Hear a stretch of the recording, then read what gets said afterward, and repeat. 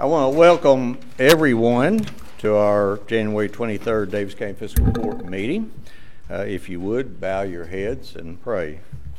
Our Heavenly Father, we thank you for all the gifts that we receive from you.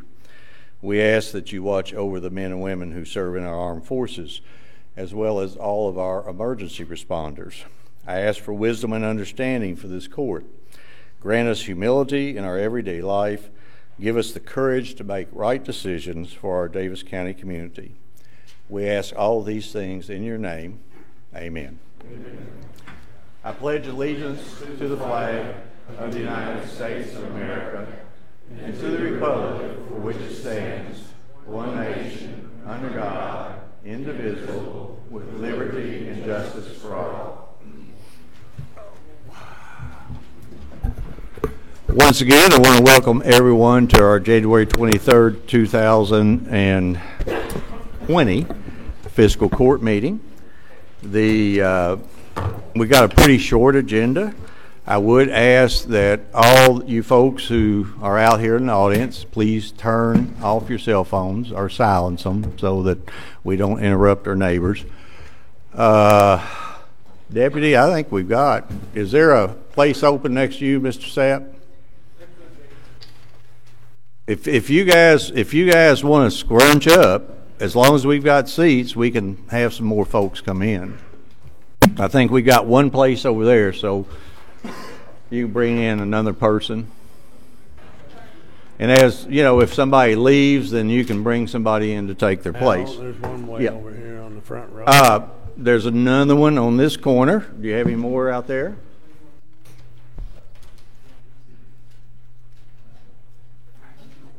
Jeff, why don't you sit there?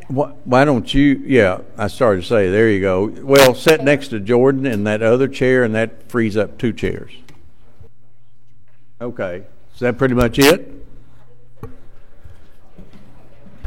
All right, there we go. Ma'am, right over here. Those guys won't bite, I'm sure. Well, no, looking at them, they might bite. So, anybody else out there, Deputy? Okay, we can get one more in, and then we'll just have to wait. Okay, while we're doing that, as I said, please turn your cell phones off. We've got a fairly short meeting, and then we'll get to what you guys are here for under our public comment. Yep, right there you go. Ready? Jenny, are you ready? Item 1, consideration for presentation.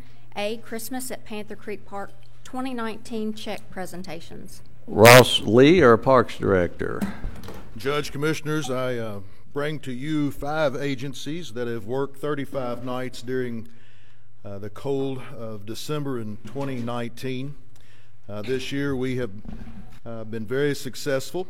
As you'll recall, we did raise the per vehicle rate to be able to come through Christmas at Panther Creek, and I'm very pleased to announce that that had very little, if any, effect on our collections. 2019 generated 3,472 cars and $20,840. Now, while that may be the largest amount of money that has been collected, it does represent an actual fall from the number of cars that came through in 2018, which was a high of 5,234.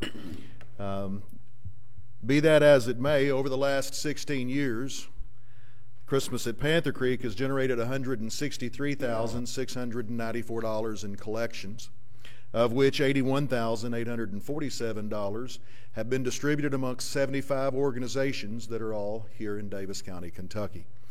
And while that was not the original intent of Christmas at Panther Creek, we're certainly proud, obviously, of the impact that we're having amongst these different agencies. And 5 of those are here with us tonight. I would like to be able to call the names of the individuals and allow them to be able to receive their checks. I will name the agency that worked the first week, and that was the Burns Middle School dance team. Is Melissa Mullen here with us tonight? Melissa?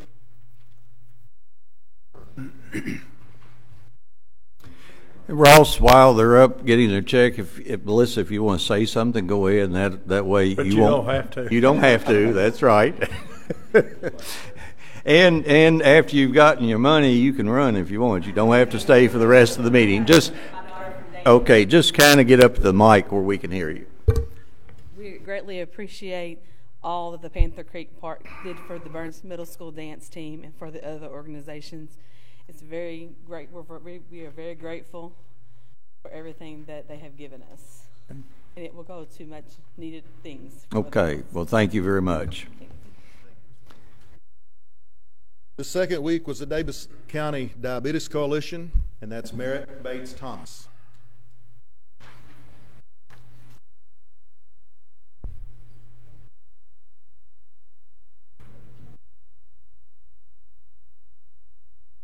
As Ross said, I'm Merritt Thomas, the program manager for the coalition. This is Bethany Ebelhair, our incoming president. And just wanted to share with you, I've given you all a fact sheet that goes into more detail. I'll keep the remarks brief. But the overarching goal of the Diabetes Coalition is just to work to make Davis County, Owensboro, a community where people who have diabetes or are at risk for developing diabetes can get the medical care, the medical supplies, and the education they need to live a long, productive, and healthy life. So thank you all for your support. We greatly appreciate it, and the money we raised will be put to very good use. Thank you. Okay. Thank you, guys. And again, you've got your money. You're welcome to run if you want. We are. Okay, good. Deputy, once these checks are given out, let's not bring anybody in, and then we can see if we will have some more. Just ask those people to ask them to be patient, and we'll get them in seats if we can. From the Sargo Elementary School PTO, Brian Thomas.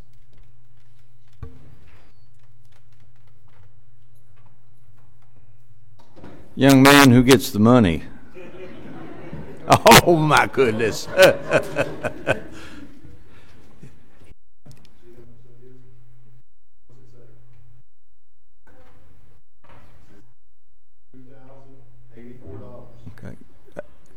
Ross, tell him he's got to get up there and talk. Yes, you have to talk. You got to come say something. What you going to say?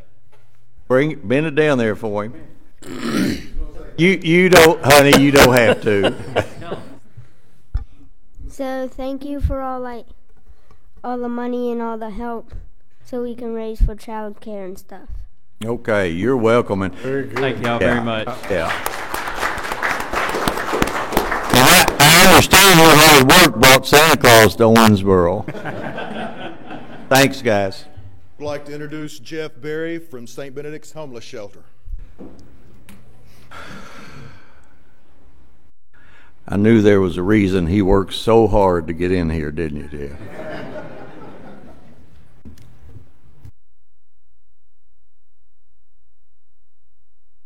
My name is Jeff Berry. I'm the Associate Case Manager with St. Benedict's Homeless Shelter, and I just like to, on behalf of St. Benedict's staff, their board, and everybody, to thank everybody who did this, Davis Parks and Recreation, everybody in here and all the contributors to help us to keep on with our mission, trying to serve the community and help change these guys' lives in their heart one guy at a time, man. Without y'all, we wouldn't be able to do that.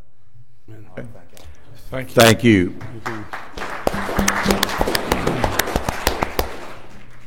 And the last agency is with Richard Coombs from the Bishop Seneca Knights of Columbus, number 10729.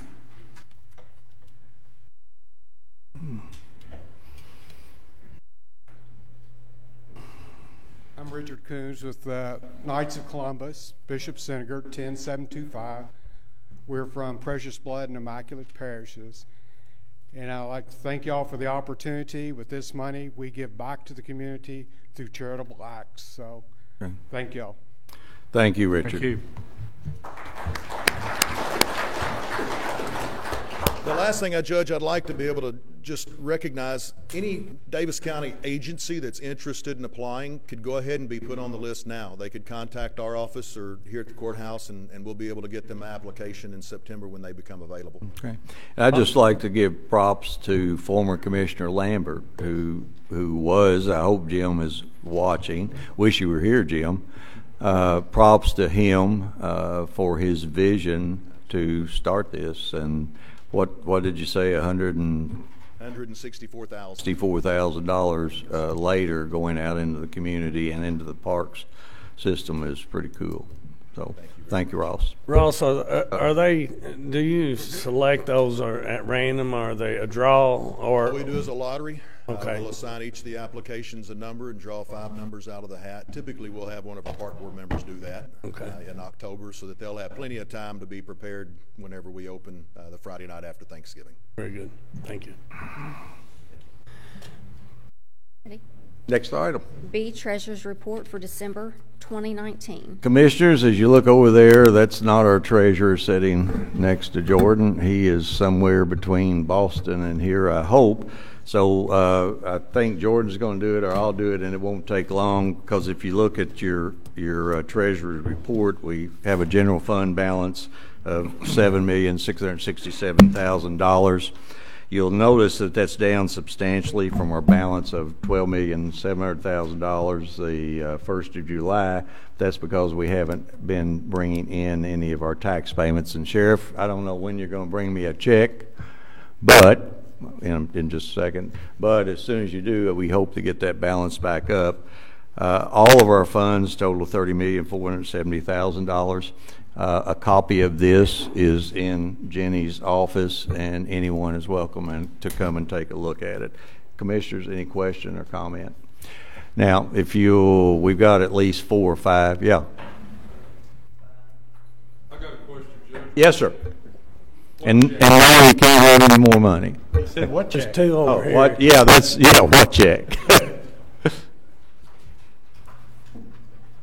That's the check from all that hard work you've been doing collecting taxes. Is that good? Okay. Jenny, next item. Item 2, consideration for approval, A, minutes of the January 9th, 2020 Davis County Fiscal Court meeting. Motion approved. Second. I have a motion and second. Commissioners have all had a copy of the minutes in your possession for some time. Any additions, deletions, or corrections? Hearing none, all in favor signify by saying aye. Aye. Opposed? Motion carries. B, all claims for all departments. Move to approve. Second. I have a motion and second. Commissioners, again, you've all had a copy of the bills due and payable by Davis County Fiscal Court in your possession sometimes. I hope you don't have any questions for the treasurer. If not, all those in favor signify by saying aye. Aye. Opposed? Motion carries. C, apply. Hold on a minute.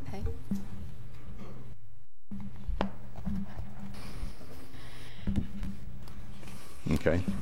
C, apply for the fiscal year 2021 Kentucky Ambulance Block Grant Program. Move to approve. Second. I have a motion and a second. Commissioners, we do this every year. The funds that we would receive from this block grant flows through Davis County Fiscal Court, and in this case to AMR, the ambulance provider. The grant's an amount of $10,000. Any questions or comments? Ma'am, you're going to have to move that if you're going to use the light. It's blinding us. There's no question or comment. All those in favor signify by saying aye. Aye. Opposed? Motion carries. D, rescind prior awarding of bid number 3319, front end loader.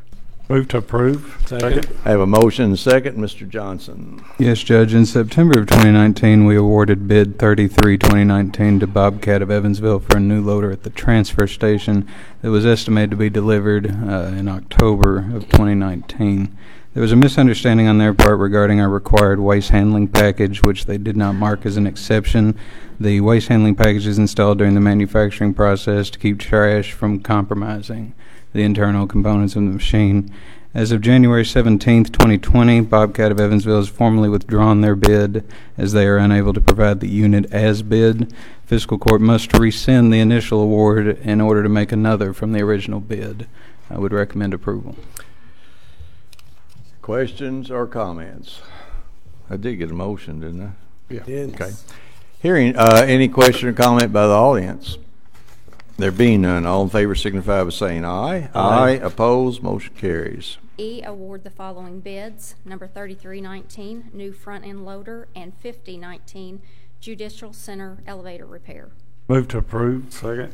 I have a motion and a second. Mr. Johnson, you know how we do these. If you read the first one, just pause a minute, and if anybody has any questions, we'll ask it. So go ahead. Certainly, Judge. 33-2019, in regards to the prior agenda item, our county attorney authorized us to approach the other vendors who participated in the bid.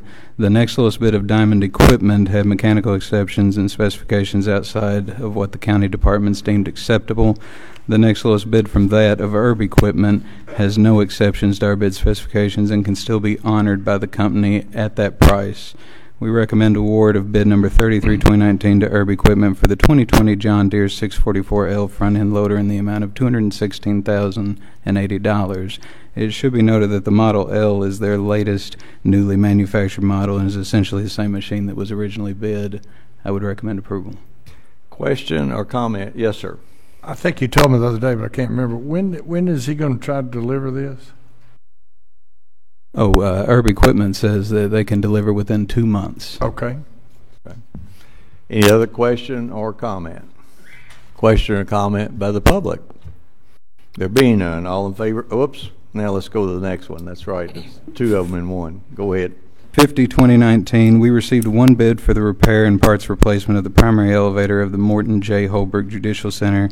The bid was submitted by DC Elevator in the amount of $10,600. This repair will be reimbursed by the Administrative Office of the Courts in full. There are no exceptions, and I would recommend approval. Question or comment by the commission? Will this make it faster? No, sir. Because you can get on that elevator, a young person, and get off of it pretty doggone old. That's how slow it is. Question or comment by the public? There being none, all in favor signify by saying aye. Aye. Opposed? Motion carries. F, promote Chris Howard to permanent part-time in the Parks Department effective 1/24/2020. Motion approved. Second. I have a motion and second. Commissioners, this is a move of Chris. He was on just a part-time, and we moved him to regular permanent part-time, right? Isn't that correct, David? That is correct, so quit looking at each other. And I'm very happy that we were able to hire and promote somebody who had already been working for Davis County Fiscal Court. So any question or comment? There being none, all in favor signify by saying aye. Aye. Opposed? Motion carries. 3, consideration for discussion, A, first reading of KOC A 96.2 2020, number 1 2020, budget amendment number 2. This is the first reading, Commissioners. What this does is we got a grant for $75,000 from FEMA. It was unbudgeted, so we have to amend our budget to account for the $75,000. At the same time, we have to spend the $75,000, and this just adds it on one side and takes away from the other. It doesn't change anything, really. The FEMA pre-disaster mitigation grant, I'm going to assume, Jordan, is the grant that we are acting as a pass-through to GRAD. That is correct. And GRAD is actually one of maybe 2 or 3 areas in the Commonwealth that is looking at how to put in place programs that will mitigate the effect of a disaster, will mitigate the next ice storm or the next flood or the next tornado. So it's pretty cool. I serve on the National Mitigation Forum, and I've only been able to go on the telephone a couple of times with them. They always hold meetings in Washington when we've got meetings elsewhere. So anyway, this is a first reading, doesn't require a vote. Next item. B, other business to be brought before Davis County Fiscal Court. We have none. Al, if I could interrupt Yes. real quick. I know there's an empty chair over here against the wall, and there Sure. might be space there by Any Mr. Sam. other spaces out there? And directly behind that, there's another open space. Okay, got 2 people out Maybe there? maybe 3.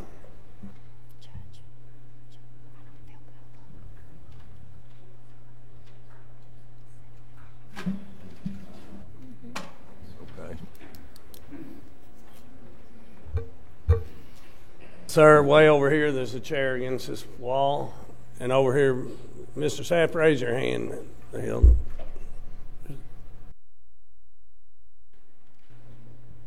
One more right behind where she's sitting now.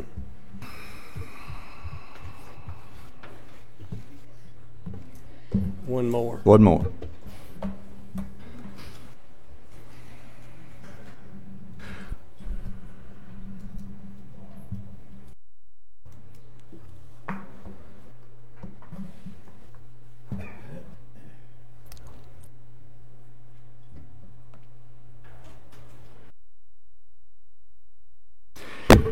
Next item, Jenny. C, public comments. This is a time in our meeting in which we invite the public to come to the podium, identify yourself, and you're welcome to speak on anything other than what was on the agenda tonight. Mr. Potts, you're on.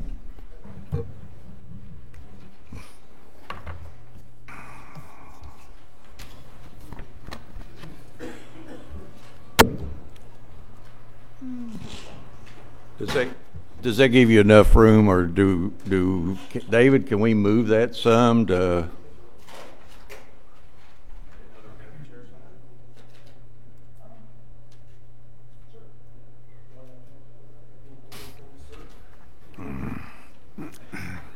I don't know if that microphone will move. Yeah, he can pick it up. Oh, okay. Okay, good.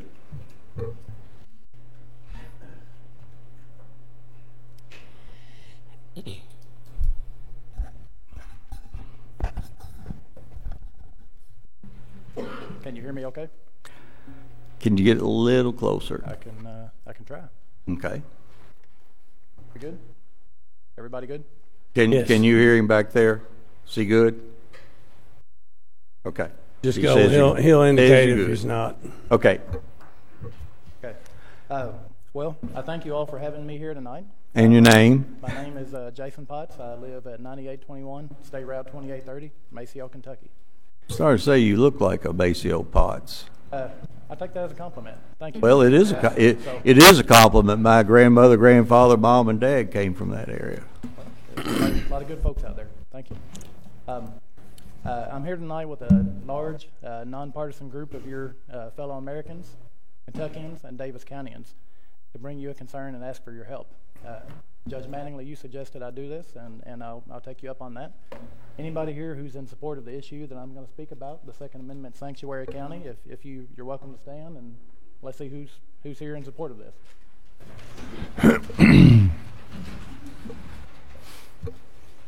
So, thank you. Okay. For somebody whose first skill is not public speaking, I You appreciate hey, that. you'll do fine. Don't worry about it. Thank you.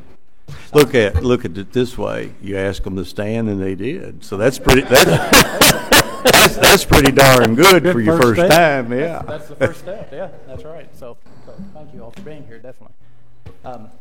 Judge Mattingly, I know you're a competitive shooter, and you and the other commissioners at various times in the past, I've heard you all express your support for the Second Amendment to the Constitution of the United States. We certainly appreciate that support, and we share that common ground with you. Myself and everybody here that stood up shares that with you. Our Second Amendment rights have been under attack on the federal level for several decades.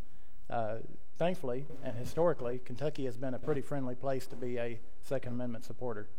However, there have been some bills proposed in the 2020 legislative session that's underway in Frankfort right now that if passed, would infringe upon the constitutional rights of your constituents.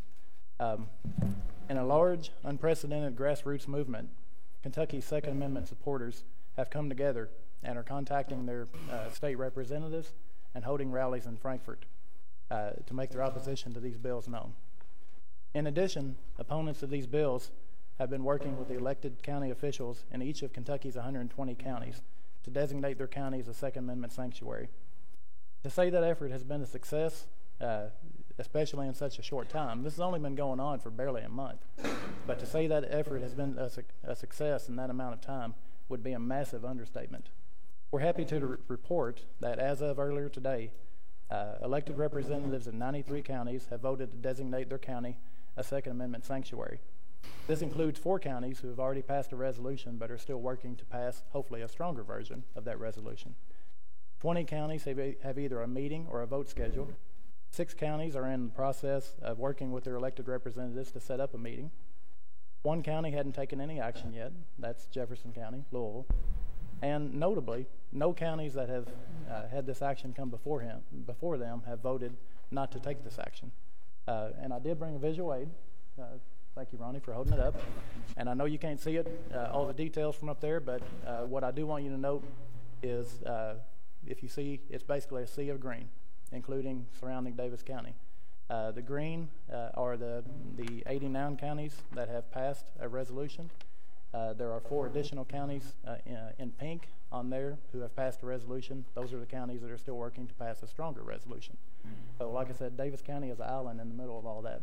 But you do see the sea of green. And if you're a math nerd like me, you realize that 93 counties is more than 75% of the 120 counties in the state. So like I said, it's been overwhelming success in just a short amount of time. It's great to myself and to all the folks here with me tonight to see the elected representatives in all those counties taking a stand to protect their constituents' constitutionally guaranteed rights. Some will argue that these bills that are being considered right now are really not all that bad. I have heard that argument.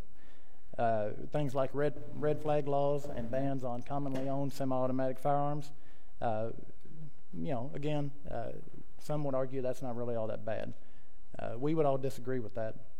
But we're not only concerned about this current batch of laws, we're concerned about what might happen in the future. As we've seen both in the U.S. and elsewhere, opponents of gun rights take an incremental approach. They pass a little bit this year, a little bit more next year. And they won't be satisfied until all legal gun owners are disarmed. Today's semi-automatic rifle ban will inevitably be tomorrow's ban on your over-under shotgun that you use for sporting clays or your revolver that you keep in your nightstand to defend your family. Plus, as we've seen, a governor can completely bypass the legislative process and pass infringements on the Second Amendment through executive orders. And it could take months or years for a legislature to right the wrongs of previous legislators or a misguided governor. Now, here in Western Kentucky, I've been following politics in Kentucky for all my adult life, and we have a legitimate, long-standing complaint that we're invisible to Frankfort. And to this issue, on this issue, that's no exception. I'll say amen to that. Thank you. And like I said, I've heard it my entire adult life, and I see a lot of evidence of it, and I appreciate that. If you look at the people in Frankfort who support this type of bill, here in Western Kentucky, we're a bunch of nameless, faceless obstacles to their dream, their goal of a disarmed Kentucky. But I look at you all, and I know that's not what myself and everybody in this crowd is. We're your neighbors, we're your friends, we go to church together, we work together, our kids, our grandkids are on the same ball teams and go to the same schools. We're not to you what we are to the people in Frankfort. We need you, our local representatives that we've elected, to be a buffer between us and the unconstitutional laws that could come out of Washington and Frankfort. We do know that you have some concerns about taking this action. You stated that you want to keep Davis County's executive branch out of matters that you feel should be left to the federal and state level, legislative and judicial branches. But if these bodies pass an unconstitutional law, you are going to be involved in that, and you're going to be involved in it by being called upon to enforce it. If you're okay with that, then let's just stay with the status quo. But if you're not okay with that, then we do urge you to pass this resolution and state your opposition to unconstitutional laws. I've heard it said that a Second Amendment sanctuary sounds an awful lot like an immigration sanctuary, as some communities across the United States have been designating themselves. While illegal immigrants, and I'm not a constitutional lawyer, don't even play one on TV, but while illegal immigrants do have some constitutionally protected rights, the act of illegal immigration itself is not a constitutionally protected right. What we're here asking you to do is to pass a resolution saying you're going to protect a right that is guaranteed by the Constitution. Proponents of immigration sanctuaries are not asking that same question. Sheriff Kane, we do appreciate your column in the newspaper yesterday in which you expressed your support for a resolution. We share that opinion. What we've brought tonight is a resolution, not an ordinance. Key distinction. There's been some concern, however, that a resolution does not have any legal standing like an ordinance would. Some folks have said that that's just a symbolic gesture. A resolution is just a symbolic gesture. But I've got to remind you, and I can't emphasize this, if you don't remember any of the rest of this, please remember this. A symbolic gesture has a lot of power, even if it doesn't have legal standing. The Declaration of Independence, when you boil it down, was nothing but a symbolic gesture. Rosa Parks refusing to stand up and go to the back of the bus was nothing but a symbolic gesture. The elected officials, the elected representatives in the other 93 counties that have passed a resolution like this, individually and collectively, that was nothing but a symbolic gesture. If you all pass a resolution doing the same for Davis County, turning us green on this map, that would be a symbolic gesture. What all these examples that I've listed have in common is that they draw a line in the sand. They very loudly and clearly state, we do not agree with oppressive laws, and we will not comply with them. The representatives in the 93 other counties that have already taken this action, they've overcome these concerns that you've expressed. I suspect they've had some of the very same concerns. They've found a way to pass a resolution in their county and to get past them. We're confident that working together, you all working with the group of us who are here concerned about this, that we can do the same thing and overcome those obstacles in Davis County. Here in Davis County, it's not just me sitting here. Thank goodness. If it was just me, I wouldn't be here. Like I said, public speaking is not my first choice of fun things to do. But here in Davis County, it's not just me. We have a Facebook group with more than 2,200 members as of earlier today. Again, all this started just a matter of weeks ago. 2,200 members coming together, 2,200 people coming together for a common cause in that amount of time is pretty impressive. In that same amount of time, we've gathered petitions, more than 2,500 signatures on a petition. I've got them here, and now we have gone through them to see if there are duplicates and make sure there's no Davis County petitions. These have been out in various businesses in the community, and a lot of people have taken the time to put their name on this. Both of those large groups of people, including this larger group of people here tonight, are in support of this effort. Everybody that I've mentioned here, everybody here tonight, the people on the Facebook group, the people who have signed the petition, want you to do whatever it takes to make Davis County number 94 on the list of Kentucky counties whose elected representatives have resolved to protect their constituents from unconstitutional laws. We would like to formally request that you sign a resolution declaring Davis County a Second Amendment sanctuary. A couple of weeks ago, we emailed Ms. Warren a copy of the resolution, and I also have printed copies here tonight. And however whatever you want. If you want my printed copies, if you want the electronic copy, we can provide either. Electronically. So you're probably tired of hearing me talk, and I can't say I blame you. So I won't take up any more of your time. We know you probably won't take any action on this resolution tonight, and that you'll want to review it, have the county attorney review it. So as we move forward, my request to you is let us know how we can help. And we'd be willing to answer any questions or discuss anything you would like now. Okay, just one thing, Jason. You're an excellent speaker. You did a very good job there. I would, if you would, resend the resolution. I've asked the clerk. She may or may not have it, but we want to make sure that we do have it. You have make sure that your name, address, and phone number is on it where we could get in contact with you. Is there a member is there an attorney in your group? Not you have an attorney? I have an attorney, but I don't. Well, what I'm saying is what I would like to do, what you've asked, we're going to take it under advisement. Okay, thank you. But probably what I'm going to ask is that if the group has an attorney or a member of your group is an attorney, that he meet with the county attorney to look at the wording on that resolution and talk about it, may call you back. I'm assuming you are the spokesman for this entire group. And we would call you back if we have some questions or concerns. And I don't know, we'll try to do something within the next 2 weeks. Okay? Fair enough. Okay. Yes, sir. Are you going to leave us a copy of that then? If you've got a copy, sure. Yeah. Okay. Yeah. Because I don't have a copy. Well, Well, Jenny will print you off a copy, or we'll get a copy. Have you got a Jenny? Okay. Well, let us have that, and then we'll get Jenny to print copies for everybody. Sure.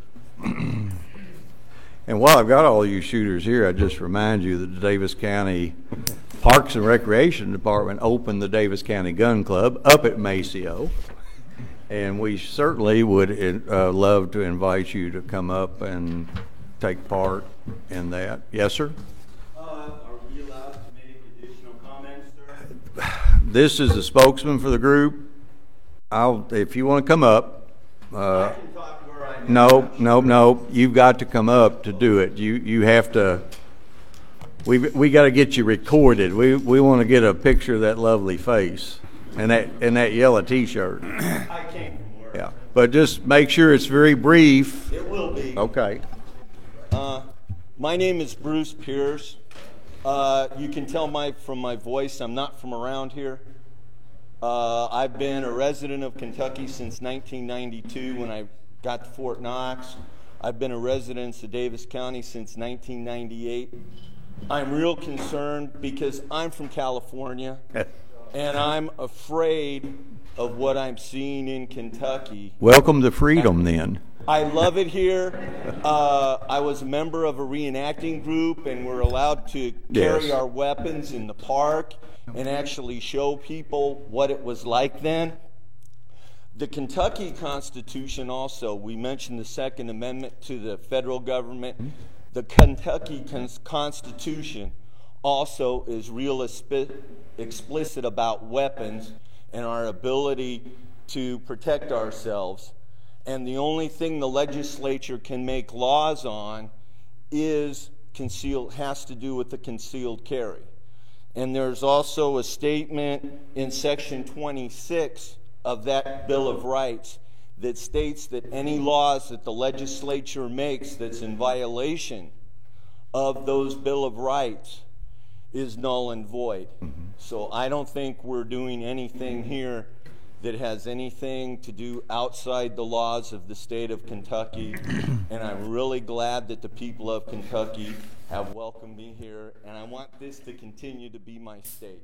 Well, we want you to continue to be here, so thank you very much. Just a couple comments, and whoopsie. Sorry. You still work at the parks. You still work at the Parks Department, right? Or you still come out to the Parks Department? I was with the group that was. Yeah, the reenactors. Okay. Well, I was just trying to figure out where we're going to send a lien on your check to pay for my microphone. You're exactly right. The Kentucky Constitution and all the laws passed by the Kentucky General Assembly are very specific about what can be done. And one of those laws is in 1984, at the request of the NRA, because they were very concerned with what people are trying to do right now, particularly in that dumb state of Virginia. And Governor, I hope you're listening. They were very concerned that local governments were going to take laws into their own hand and pass laws that would infringe upon your right to own firearms. Again in 2012, and Counselor, correct me if I'm wrong, and again in 2012, they came back and reinforced that and even made it tougher, and it said no local authority may make any law, ordinance, or law, or policy, look it up in Wikipedia, resolution is a policy. We may make no laws or policies regarding firearms. We have no control, no authority over it. The argument that you make, I'm absolutely sympathetic to.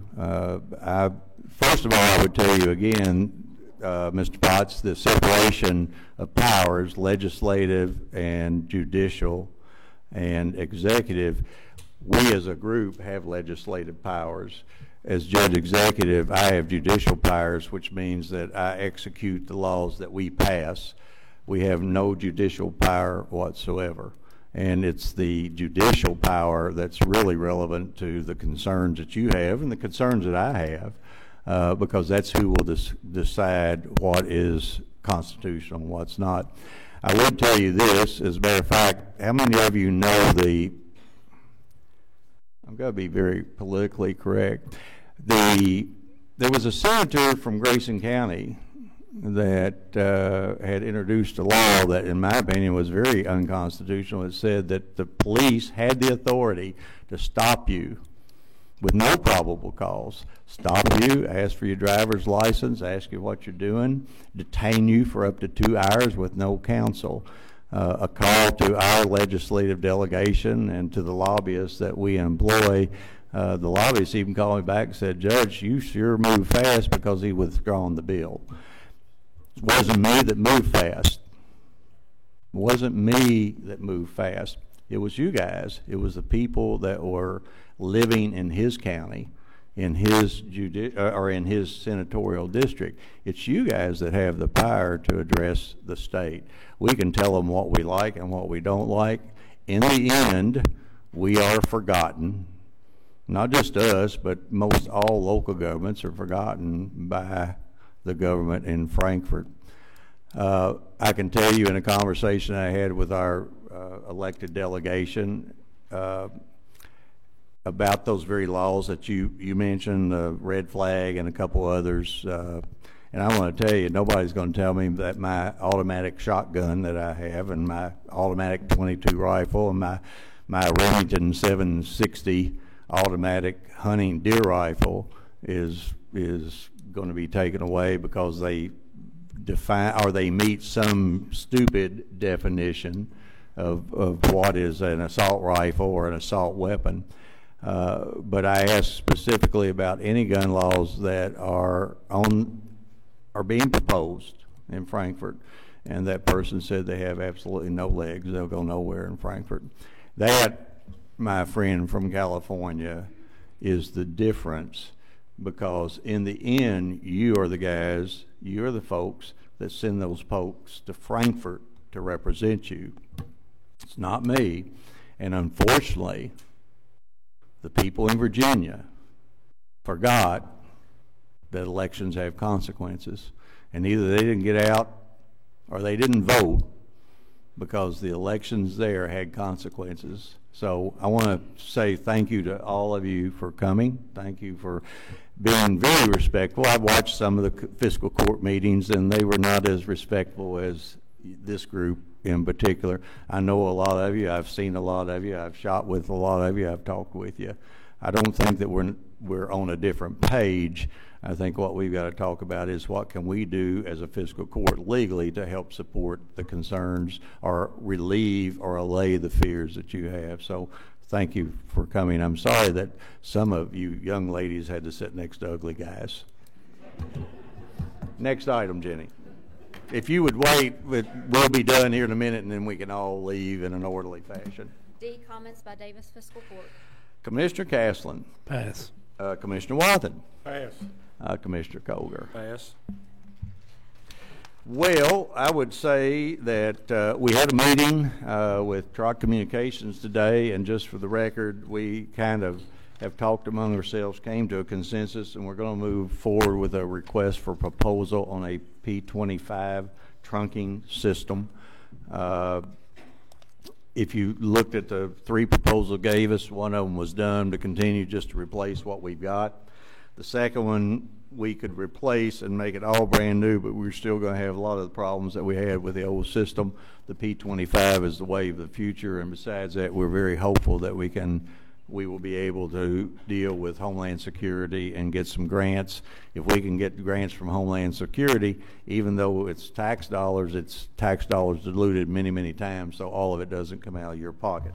Lastly, there was printed a piece in the paper today, and it was a schedule over the next 2 months regarding public forums on the non-discrimination ordinance. We're going to have a public forum at 6:30 at Blanford Hall at OCTC on January the 30th. I would encourage you all to come.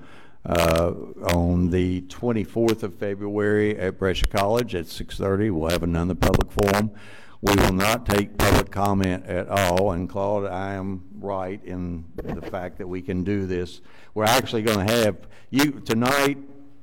All of you guys in here, it's about 100 people. One night we had 280 people, 100 people here and 180 down the hallway. We're not this is about as big a capacity as we could have. But I'm right in, we're making a public announcement. Please come to the public forums. We're going to have 2. We will be there and listen to your concerns. You're certainly welcome to call, to send emails, to write letters. It's kind of a disjointed end of January and then end of February, but in between, we've got a Judge Executives Conference, I think, that we've got to attend. Some of us are going to be out of town, and our meeting schedules are kind of discombobulated. Then we will have first reading of the ordinance March the, you put it in here, and I know you did. Here we go. March the 3rd. At which time we will discuss it here on the bench. We won't take public comment, and again, we will have second reading and a vote on March the 19th. That time, again, we're not going to allow public comment. Everyone that wishes to comment has plenty of time and plenty of avenues, and we should, I think we're okay doing that. Yes, we just need to provide an opportunity and notice. And we are doing that and giving you all the opportunity. And if we're so crowded that you all can't get in and there are more, then I will set up another public forum some way, somehow, because that's one thing that we want to make sure that all the citizens have access to voice their opinion. Let me ask yes. you, with regard to those 2 public forums. Yes. Are you planning on, like you did tonight, let one person speak for a group, or if there's 200 people and they all want to say something, they all get to? Commissioner, if there's 200 people and they all took 3 minutes, that would be 600 minutes. That's 10 hours. Yes. You can stay there and listen. I'm not going to. What we will do, my plan is we will have a sign-up sheet. I will be on stage moderating it. The commissioners will sit there, and you're welcome to come up on stage with me if you want. But you guys will have the opportunity to listen. We'll call the speaker up, and Jason, they won't all be as eloquent as you, but we'll call them up. They'll turn and face the audience and tell them what they think. The number of people there will depend on how long they get to speak. I mean, and I would hope, and as a matter of fact, one of them, Pastor Fowler, called me today, and he said his entire group would be there. He was probably going to speak for the majority of them. And I would hope that those groups, both for and against, would be respectful of your time, my time, and each other's time. So Commissioner Wathen brought up a good point. We may have an overflow crowd. That hall will hold 250, isn't that what? 300. So the hall will hold 300. We had 280 at one meeting, 100 at another, but they're not all going to show up at the same time. But we're going to try to set up a couple overflow rooms with TV screens. We will have a couple runners who will go out and say, Commissioner, my voice is going. Commissioner Caslen, your turn to speak. Commissioner Wathen, you're on deck. That way you'll be ready to go. And it will be on Facebook Live. I hope that the college can do that. If they can, I don't know how to do it. They can do it, right? Yes? Who said yes? Somebody said yes. Yeah, they can do it, I'm sure. So it will be on Facebook Live. If commissioners, if you don't have anything else to say, once again, thank all of you for coming. Thank you for being as respectful as you are. And if there's no other business to be brought before Davis County Fiscal Court, without exception, we're adjourned.